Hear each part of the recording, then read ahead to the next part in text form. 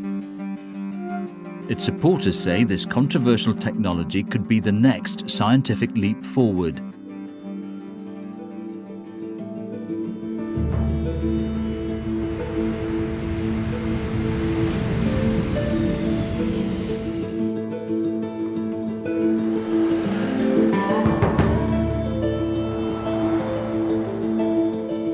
The United States has been growing and eating GM produce for almost 10 years, with apparently no ill effects.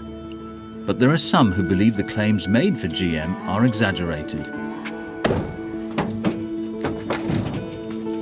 My name's Corky Jones. I'm a farmer from Brownville, Nebraska, a little town in the southeast corner of the state. I've been a farmer all my life, actually 78 years, and proud of every one of them.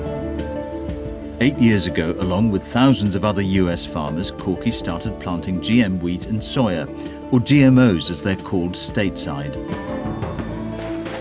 It was just another thing printed on the bag that said something, but it didn't mean anything to the farmers. And didn't even know they were GMOs when we planted them, and didn't even know what the GMO stood for. The companies selling GMOs to farmers promised higher crop yields and a reduced need for chemicals to treat those crops.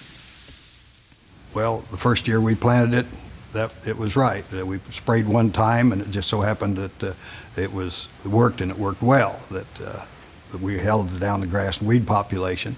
The second year, why we weren't quite so lucky, we had sprayed twice. And now several years later, why we're spraying and putting other chemicals down to prevent weed infestation.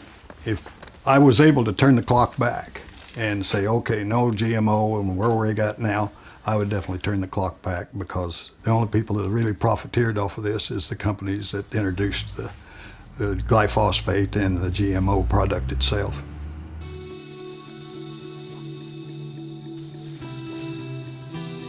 Corky is an exception. Most US farmers seem to have welcomed GM crops.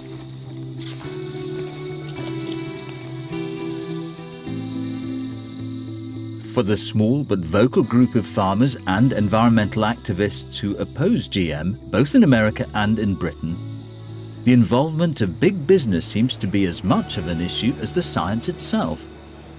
The question of whether the science actually works has become confused with who should own it.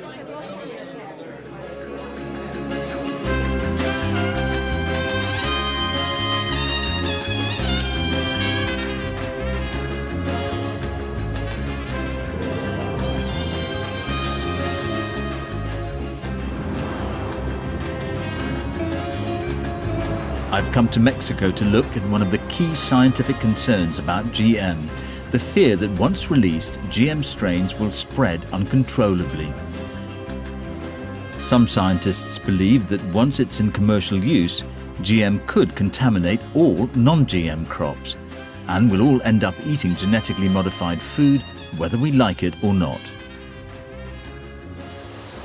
This is the main wholesale market for maize in all of Mexico.